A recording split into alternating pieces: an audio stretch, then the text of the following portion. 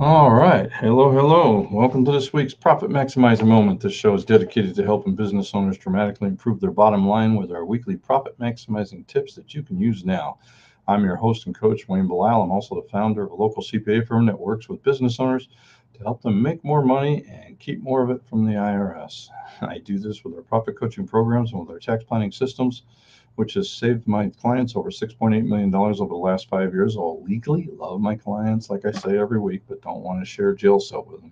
In today's video, we're going to go over a little bit more detail, something I touched last week, which is using the 10% profit formula to survive and thrive during tough economic times. All right. But first, support for today's show is brought to you by Profit Maximizing Publishing. I always have trouble with that. One of these days, I'll get it right my first try.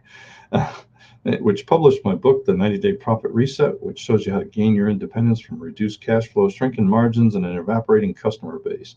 In this book, you will find chapter after chapter and idea after idea about how you can turn around your business, reset your profits from red to black in 90 days or fewer. Even entrepreneurs who are making a ton of money can use this. And we're going to talk about something today, which I covered last week in our eight profit tips, 8 tips to increase profits now. We're going to talk about the profit formula. All right. Look, the constant thing I'm hearing is, wow, inflation's going up, gas prices are going up, people cost me more. I'm having trouble raising my prices to offset the cost increase. I'm worried about a recession coming. Yeah, absolutely no good reason not to be worried. Okay, that just means you're paying attention. All right. So what do most business owners do when they get nervous or when the economy takes a turn? Well, most of them hunker down and play defense. All right. They cut costs, cut employees, cut advertising, and do more of the work themselves. But that may not be the correct thing to do when the economy is tough. Now, when times are good, profits are easy. Many business owners become a little lackadaisical about improving their business. When the economic landscape is tough, like it is now and looks like it's going to be for a while, that's no longer an option. You can't play that game anymore. All right. In order to survive and really profit in a tough economy, the business owner has to become the business coach for his own business. Let's get a little more centered. Sorry. There we go. Looked like I was leaning off to the left there. So you have to be your own profit coach. To do that, you have to understand there's a profit formula. Now, I went through it, and it's a little hard to do here. So I was supposed to try to see if I could do this. Here we go. I'm going to try to share a screen, which I first need to jump up and get. I apologize. I was going to get ready, but the world has been interesting. So I'm going to share the screen because this is something I don't normally do, but I think this is important enough where you guys should take a peek at this, okay? So share screen. It's easiest with 2 monitors. Yes, I got it. And select a window. Hold on. Bear with me a minute. Screen 1. Bingo. And we're going to allow it. All right. Now, this is a little hard to see, so let's make it bigger. All right. There we go. That should be a little easier to see. This is the profit formula. All right. We start with a 10% increase in qualified leads. So what is this here? What I'm looking at is if you have your qualified leads times the conversion of those leads into paying customers times how much they spend with you all year, how many people they refer and how many of them you keep, that's going to get how much your sales are going to be. And we take improvements in systems and training and decreases in product cost, overhead expenses, and other things. And what I'm looking at is, all right, this is my formula for how to increase profits, because I basically start with a 10% increase in qualified leads. This is my goal. And add to that a 10% increase in the conversion of these leads into paying customers. Add to that a 10% increase in annual sales. Add to that a 10% increase in referrals. Add to that a 10% increase in customer retention. That does not equal a 10% increase in sales. I'm going to show you that in a minute. I wrote that in there on purpose to see how many people would think that's what it is when I was doing a course on this. Now what we're going to do is do a 10% increase in efficiency due to improvements in systems and training of our employees. and subtract a 10% decrease in product costs and overhead expenses and income taxes, and I get a massive increase in profits. Now, I'm going to leave that on the screen just a second so that you guys can, I'm going to pause for like 10, 15 seconds so you can pause it here and write this down. But what I want to show you is I want to show you an example of how this works. Let's take a company, don't know what they do, but we're going to 50%. We're going to say they sell some product. All right. This is an example of a sales cycle in the income statement. So let's take originally they had sales of $500,000. They picked up new customers at $200,000. Sales from referred customers of $65,000, and they lost $50,000 in customers that did not come back. Now, obviously, I need to have these numbers. If your accounting system or your point of sale doesn't give you these numbers, then you need to get one that does, because this is important. If you're going to work the profit formula, you need to have these numbers. Then I need to subtract cost of goods sold and then operating expenses. I come up with income from operations, and I'm going to pay income tax on it. Now, it doesn't matter what the income tax is. I haven't changed this formula for, it could be an S Corp, could be a C Corp, who cares? That's something for tax planning. So in this particular case, net income came in at $118,000. Now let's dig into the information I need. So this is what and this is from somebody I actually used.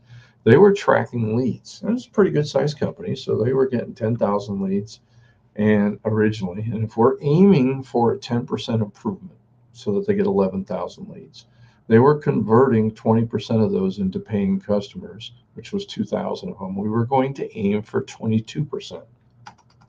I was hoping that I was hoping I could get my mouse to show, but it's right here. Hopefully you can see my mouse move. Average ticket price is $100. We're going to try to increase the average ticket price to 110. So that means total sales from new customers was $200,000. We were going to try to increase that to $266,000 by having a 10% higher increase in conversions and a 10% higher increase in leads. And we were in average ticket price. All right.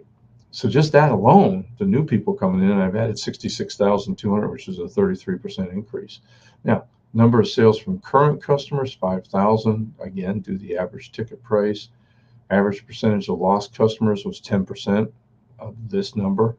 We're going to try to reduce that to 9%, again, at a higher average ticket price. Percentage of customers referring now, only 10% of them were, which, we need to have all these numbers. We need to know where they're coming from. So that's something, your accounting system isn't for your accountant only. Your point of sale is so that you can gather these numbers, so that you know what's going on. If you think businesses don't do this, talk to anybody who runs a, Harley Davidson. I mean, they do it.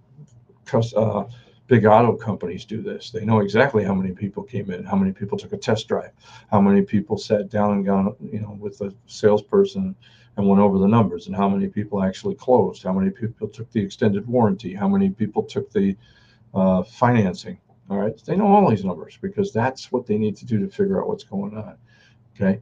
Total sales from referred customers, we're getting that. So now I got total sales went up from $715,000 to $850,000. Now I'm going to cut my cost of goods sold, and you probably can't see it now, but go back to the beginning when I did the book, because in the back of the book, I have a chart on 55. It's Appendix 1. That's how important it is. I think it's Appendix 1. He said that confidently.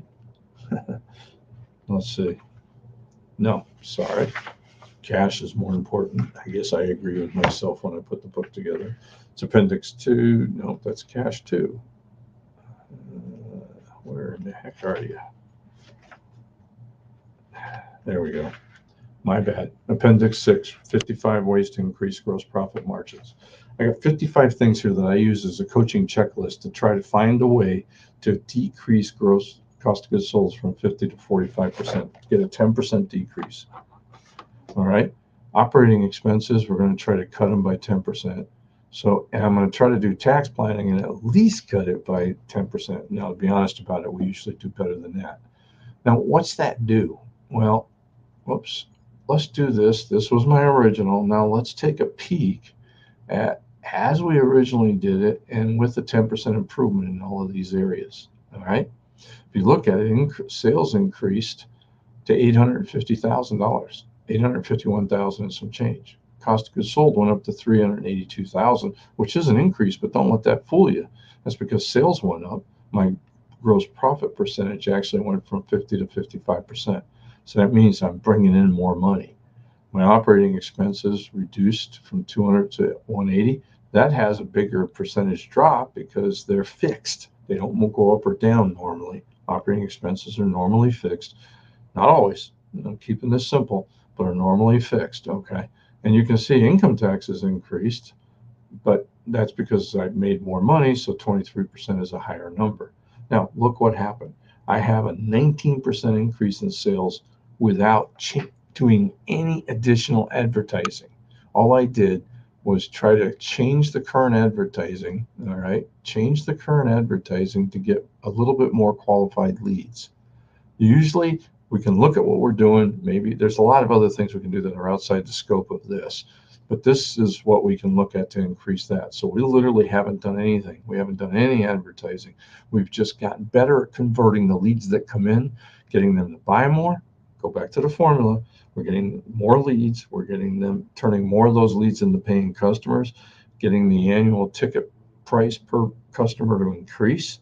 All right, getting more referrals and not losing as many. And with that, we're getting almost a 20% increase. But more importantly, since we concentrated on cost of goods sold also, we were able to have a $105,000 increase in profit in this example, which is an 89% increase in profit. This goes along with what I've been saying over and over for the last month or two.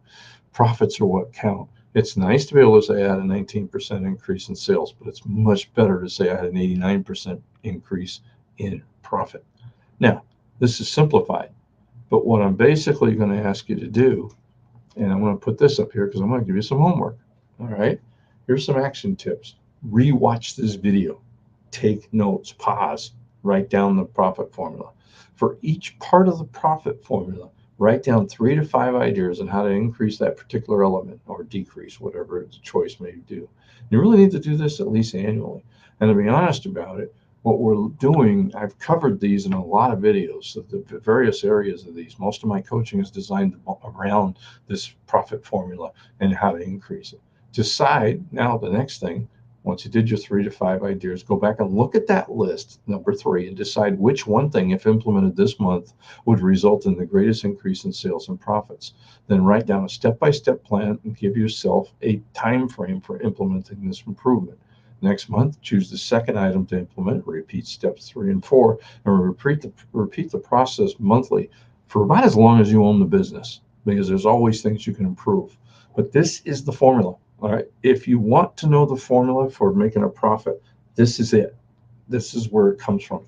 This is the key. All right. Now, I know I don't usually do this. I don't usually share my screen, but I left your homework here. Okay, so that you can write it down. All right, but don't forget, I expect you to write down this formula. All right, so this is the profit formula right there. So these two together are what you need to do. All right, I'm giving you some homework, but I'm also telling you we're going to be going into We're going to be going into more and more coaching. We're going to probably get this thing rolling. I'm aiming for August, so that's very, very possible. Looks good right now. It's only going to be a soft one for my current clients, and also for anybody who's following me on these videos will obviously be allowed to come, because this is going to be kind of our let's get it going and work out the bugs and all that. It will never be as cheap as I'm going to offer coming up, because I'm only going to work with people that I think I can help. All right, so keep your eyes open for that. But more importantly, do the homework I just gave you. It would help even if you don't get me to help you coach. I'm giving you a lot of fantastic information here, and it's worth looking at. So, hey, again, this is Wayne Bilal saying until next time, let's make this our most profitable year ever. Thank you very much.